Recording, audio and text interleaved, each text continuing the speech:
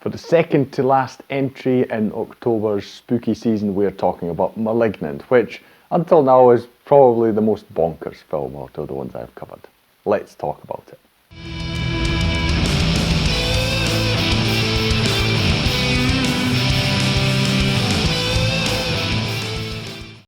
Hi, my name's Drew and welcome to another review video on Flying Wiener.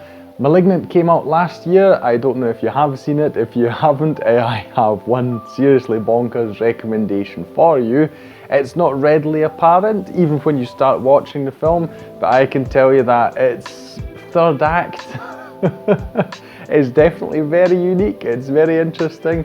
It's something I enjoyed quite a lot, but try not to get too much ahead of myself. The film was made by James Wan, which you may or may not know. He is definitely a very prominent filmmaker. Crazy to think that the guy who started Saw, he and Lee Wiener made that film. I have covered it before. If you want to see that, my review on it, I absolutely love Saw and there's so much to talk about with that film. I'll leave a link to that at the end of this video. But so he started that, he started loads of horror franchises. You've got The Conjuring, you've got, well, Saw as well, I mentioned, of course. You've got Insidious, and he's done so many things. I haven't even seen all of that Conjuring universe, which I was shocked to see has made over $2 billion at the box office worldwide, which is crazy to think about. But we're talking about the same guy who also made Aquaman, which was also more than $1 billion earner at the box office. You know, really crazy. Fast and Furious, he's done one of them. So he's done loads of things. And here we see him returning a bit more to his horror roots again. So he made this film Malignant for, I think it was also a crazy budget. If I remember correctly, it was 20 or 40 million, but I think it was $40 million, which is crazy to think about. I mean, there are a lot of effects in the film, don't get me wrong, but you know, it just shows when you think about Saw, which they made for such a small amount of money, and here he is making what is probably still going to be a rather small horror film, you know, for $40 million, which is crazy. Anyway, I like the guy. I like just how he does films and the feel of them, etc. So it was really great to jump back into one of his films. I was thinking about covering a few actually. I had Dead Silence on my list, for instance. It came out in 2007. Was a rather small and very unpopular film. I like it for some certain things, so that was on my list that I was thinking about, you know, when I decided to talk about horror films. But I decided to go with one I didn't know, and Malignant was talked about quite a bit last year, I remember, so I thought, yeah, that's a fitting entry. The plot I won't talk about too much because obviously I don't want to give it away, but also because it's a horror film and there's a certain mystery to it, which, you know, I don't want to spoil for you. In either case, even if I were a spoiler man, it's more fun to just watch it yourself. But the basic plot that I can give you is that the film is centered around a female character. She is played by Annabelle Wallis. She is in a very abusive relationship. We find out pretty much from the start that they have had a few miscarriages. Her and her partner, husband, I'm not sure it's ever established whether they're married, it does not matter. Yes, so a few miscarriages, so a very heavy tone from the start. Unfortunately, he is very resentful because of this and also very abusive. They have a fight.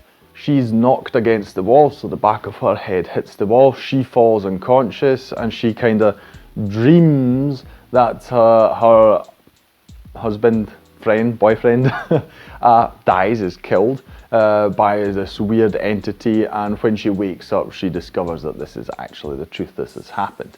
And the whole film really is like a bit of a detective story, because we also have the police involved, because, well, the boyfriend was killed, you know, so the question is who is the killer, etc. And we have this sort of supernatural element where she keeps having these dreams where she sees that people are being killed, you know, and she tries to work with the police to get this solved. You know, her friend thinks that she's a medium and all these things. So yes, it's the whole thing is set up and built a bit like a sort of detective story, you know.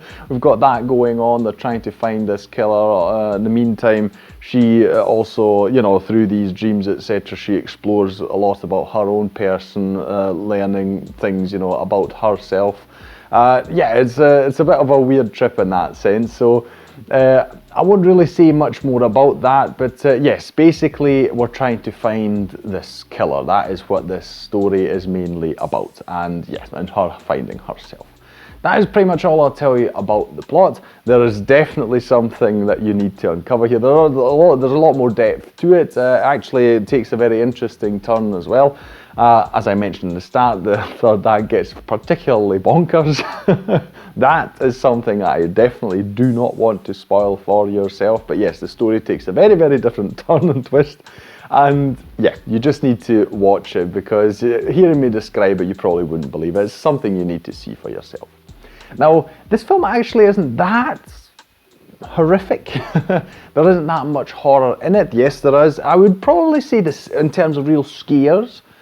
Maybe it's opening sequence, so when you see her, you know, in her first dream where she sees her boyfriend being killed, that is probably the sequence with the most actual scares in it. So if you're not too much into scary stuff, you know, if you can easily go through the first sequence, you know, the first scene of the film where all this happens, that's you pretty much set for the whole film. You know, it doesn't really get much scarier than that. I really enjoyed that though. Yeah, the second half of it, it's B-movie level, etc. So you've got some gory stuff, etc. But it's not scary in that sense anymore. But I still like the story, and like I say, the twist is really, I think it's it is really creative. So that there's definitely a lot of fun involved in this film. So James Wan, he obviously had a lot of fun with the whole concept that he created here. I like the overall vibe of the film. He also has a really cool musical taste, so you've got some industrial vibes going on here. So the film isn't really trying to scare you that much. It's taking you on a fun ride, I will say. You know, the music has got a little oomph, I would say, you know, a lot of power to it, and it really works well. He is obviously by now a masterful director. I just like the way the whole film is shot. You know, it's really nice. There are many shots where you would expect it to be a real, you know, a jiggly cam that's all over the place and, you know, making it really hard to follow the action. But he is always determined to really have a nice steady camera, giving you a great view. We've got a lot of action also happening with people moving along, etc. Not difficult to follow, you know, whether they're running, jumping, whatever it is. It's really great. The camera work, I really enjoyed that quite a lot. The visuals of the film, generally speaking. And then you need to talk about Annabelle Wallis as well, the main actor portraying the main character. I really liked her work in this. She gets a lot to do, so it's not just, not just scary stuff, but also a lot of emotional stuff, because as I said, she is on a sort of journey to discover various things about herself, and we see her going through a lot of things in the film. At times I felt like it was almost borderline overacting, but you know, she manages to keep that in. I mean, there are some very, very again, I know I keep teasing this, but yes, bonkers things that happen, and you know, when you consider these bonkers things, I suppose, you know, it's it kind of fits the way she portrays it. Anyway, yeah, overall I really like this film. It's not the best horror film out there, you know, in terms of actual horror. I would prefer The Black Phone, which I talked about very recently, just 2 weeks ago. But like I say, overall very fun, and just seeing James Wan jumping back into this, he definitely had a lot of fun. Like I say, a really interesting concept here. He obviously wanted to make something that was just maybe something that we haven't seen in a while. So like I say, in some ways it does feel like a film that could have come out maybe 10 years ago or so, just, you know, the way it feels.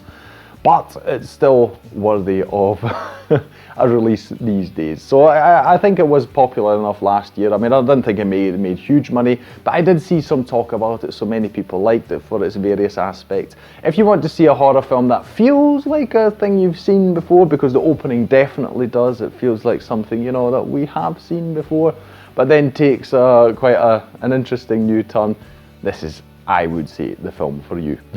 If you're a fan of James Wan and all the horror stuff he's done, I mean, that has been very hit and miss, I think, as well, at least in terms of popularity. But still, if you like all his horror stuff, then you should check this out as well. That'll be all from me today. I'll thank you for watching. If you enjoyed this video, please like, share and subscribe. It is the best way to support this channel.